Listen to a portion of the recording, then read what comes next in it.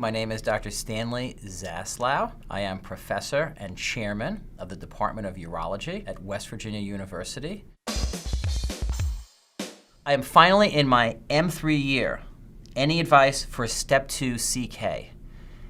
So CK is the clinical knowledge exam, and the answer is yes. If you didn't do well on Step 1, this is the time to show just how strong your knowledge base is. This is the chance to make that Step 1 score that wasn't your best less meaningful to a program director. So yes, it's something to study hard for, but this is a very predictable exam. Clinical knowledge is very predictable because every question is case-based.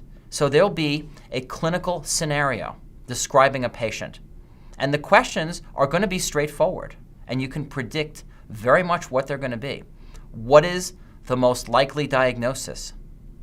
What is the next step in the evaluation of this patient?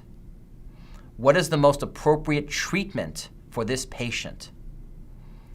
What is the best explanation for this patient's symptoms? So really, it's the who, what, where, when, and why for each clinical condition. So if you focus on your study for Step 2, it should focus on each clinical condition that's common, that's testable. And certainly you know that because it's in the review books, it's in our review manuals for the Step 2 course, very easy to identify.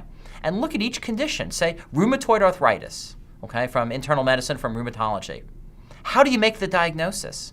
What are the findings on exam that you would expect to find in this patient? How do you diagnose the patient? Do you need imaging, or is this based solely on physical exam? What is the most appropriate treatment for this patient? Okay? And maybe even take it a step further. What would the next treatment be if they were not successfully responding to your initial treatment? If you do that for each clinical condition, you will do extremely well on the Step 2 clinical knowledge exam.